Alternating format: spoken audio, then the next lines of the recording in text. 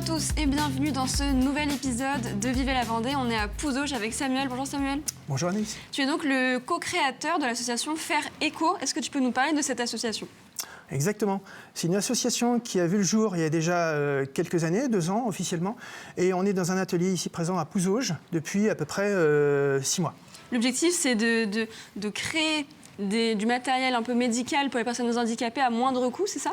Alors pas médical parce que c'est pas du tout dans notre champ d'action, c'est quand même très légalisé. Nous on fait vraiment de l'aide technique pour les personnes en situation de handicap. C'est-à-dire qu'en fait on s'adresse à des gens qui viennent nous demander de faire soit une solution qu'ils ont déjà en tête, soit une problématique et ils veulent qu'on trouve la solution. Et ensemble on la crée. Mais ce qui est essentiel, c'est qu'on fait quelque chose en groupe, ensemble, d'où le terme faire éco. Et ça n'existe pas en fait sur le marché, ces objets-là ? Ils sont uniques ? Ouais, pour partie, certains existent, mais ne sont pas adaptés en termes de précision et d'adaptation sur mesure, où il y a toujours quelque chose à faire. La problématique esthétique n'est pas négligeable. Et puis l'autre, et la plus grosse, c'est qu'il faut faire des dossiers de subvention pour avoir des aides, parce que ce sont des choses qui coûtent souvent très cher. C'est-à-dire, par exemple, qu'on s'en rende compte, ça coûte combien ? Très concrètement, un trottis comme celui qu'on est en train de fabriquer avec Antoine, ça coûte au maximum 500 €. Et dans le commerce, il faut compter entre 5 et 6 000 €. Comment ça fait qu'il y a une différence de prix comme ça ? C'est le matériau ? En fait, ce sont des choses qui sont vraiment très bien dessinées et qui sont produites de telle manière que finalement, ça doit rapporter des sous concrètement. Nous, on fait appel aussi à beaucoup de recyclage.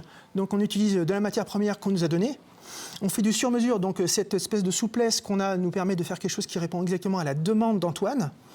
Et c'est aussi le fait qu'on est aidé et soutenu par des subventions pour pouvoir avoir des outils et du matériel et qu'on met à disposition de tous les gens qui viennent nous demander ce genre d'aide. Il n'y a pas que ça, mais il y en a d'autres. Alors là, avec Antoine, on est en train de faire un montage à blanc pour son trottis. Donc la colonne de direction est encore trop longue, on va la couper pour l'ajuster et la ressouder.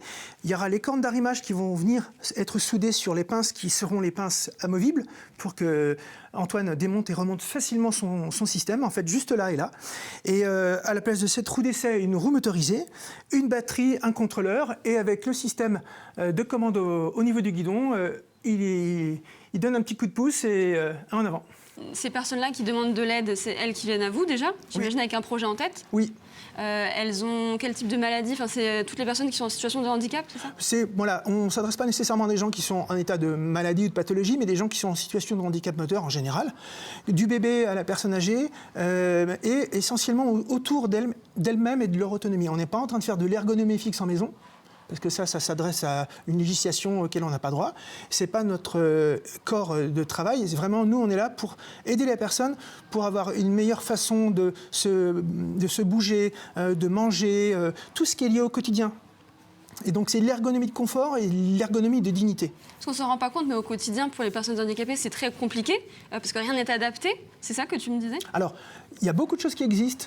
Il y a beaucoup de commerçants, de gens qui vendent des choses, mais il y a énormément de situations où, j'ai envie de dire, c'est un peu comme les maladies orphelines, où il n'est pas assez répandu, la problématique n'est pas assez répandue pour qu'il y ait une réponse commerciale en face, parce qu'il y a un process commercial qui impliquerait beaucoup d'études et il faut qu'il y ait une rentabilité, donc ils ciblent des choses sur lesquelles il y a une rentabilité.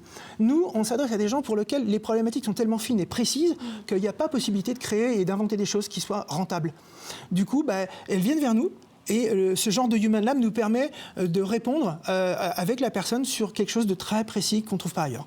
C'est assez inédit en Vendée ou pas ? Ou dans tous les départements aussi c'est vraiment plus qu'inédit parce que du coup, les Human Lab, c'est-à-dire le concept de Fab Lab adapté à la situation d'aide aux personnes en situation de handicap, elle existe nulle part ailleurs en France, en campagne, qu'à Pouzauges. Les autres Human Lab qui sont en France, ils sont peu nombreux, sont dans des grandes villes. Voilà. Et dans les grandes villes, on trouve un maillage d'étudiants, de personnes qui sont au fait de ce genre de choses, de geeks, où l'émulation est assez rapide. Nous, on est les premiers à s'installer en France, en milieu rural. Bonjour, je m'appelle Antoine. Donc moi, je suis venu à Faire Éco pour mettre au point une aide technique pour mon fauteuil qui puisse me rendre service au quotidien au niveau de ma mobilité et pouvoir m'aider dans mes déplacements. Donc concrètement, c'est une roue électrique qui est motorisée et alimentée par une batterie et qui me permet d'avoir une force de traction qui puisse me permettre de m'emmener, de me balader, de me déplacer facilement et sans forcer. Une vitesse plus rapide, ça permet aussi moins de travail physique au niveau des bras peut-être ? C'est ça. Ça permet de s'économiser et pouvoir profiter du paysage quand il fait beau ou juste pouvoir réaliser un trajet facilement, aller d'un point A à un point B aisément.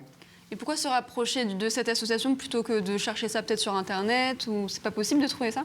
Alors l'intérêt, ce que j'ai trouvé bien, c'est l'idée de fabriquer ensemble, avec des matériaux de récupération. Et aussi le deuxième point, c'est de pouvoir apprendre plein de techniques de bricolage, parce qu'à la base, je ne sais pas du tout bricoler. Et donc j'ai appris la soudure et divers techniques de bricolage. Et ce qui est cool, c'est de pouvoir apprendre. Voilà. Et l'idée, c'est d'en faire chez toi aussi de façon autonome, ou c'est plus de revenir pour faire d'autres projets ici? Ce qui est bien, c'est qu'ici, on est sur un lieu qui est adapté aux personnes handicapées. On a l'établi de bricolage qui permet de bricoler à hauteur et de pouvoir faire les choses facilement dans un lieu adapté. Est-ce que tu pourrais dire que c'est un lieu incontournable, nécessaire, vital pour toute personne qui possède un handicap ou pas?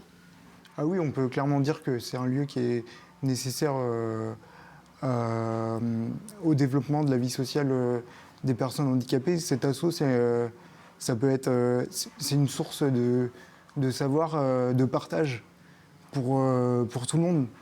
Qu'on ait un problème, un handicap ou pas. On fait avec toute une équipe. Et ce qui est important, c'est que le projet, quand il est fini, il n'est pas fait par une seule main. Tout le monde a mis la main à la pâte et il faudrait qu'il y en ait plus dans nos campagnes, quoi. Combien de personnes ont été aidées par le biais de cette association pour qu'on s'en rende compte en fait, de l'importance? Ah ben c'est pas compliqué. Antoine est le premier, parce qu'on a eu l'atelier cet été. Ouais, ça fait 4 ans qu'on est vraiment sur le terrain à faire ça en bénévole à côté du travail qu'on avait. Et là, vraiment, on démarre à partir de la fin de l'année 2024 et en 2025 avec le projet d'Antoine. Les choses sont en train d'arriver. On a enfin un local. On a enfin des choses à pouvoir montrer et que l'on comprenne de quoi il s'agit. Et c'est le démarrage. Est-ce que vous avez un message à faire passer aux téléspectateurs vendéens pour savoir un peu comment peut-être vous aider ou à leur Absolument. Très pragmatique, c'est qu'on a besoin de main-d'œuvre dans le sens de bénévoles qui touchent à ce type de savoir-faire, c'est-à-dire que ce soit de la soudure, de la couture ou de l'impression 3D, du dessin assisté par ordinateur et j'en passe, c'est pas exhaustif. Et tout ça, bien entendu, supporté par une bonne volonté de vouloir aider et partager son temps. Et évidemment, besoin de sous parce qu'on est dans la précarité des subventions et vu le contexte actuel, on est évidemment en demande d'être soutenu parce que maintenant qu'on existe, on aimerait que ça dure. Merci beaucoup Samuel. Merci Anaïs.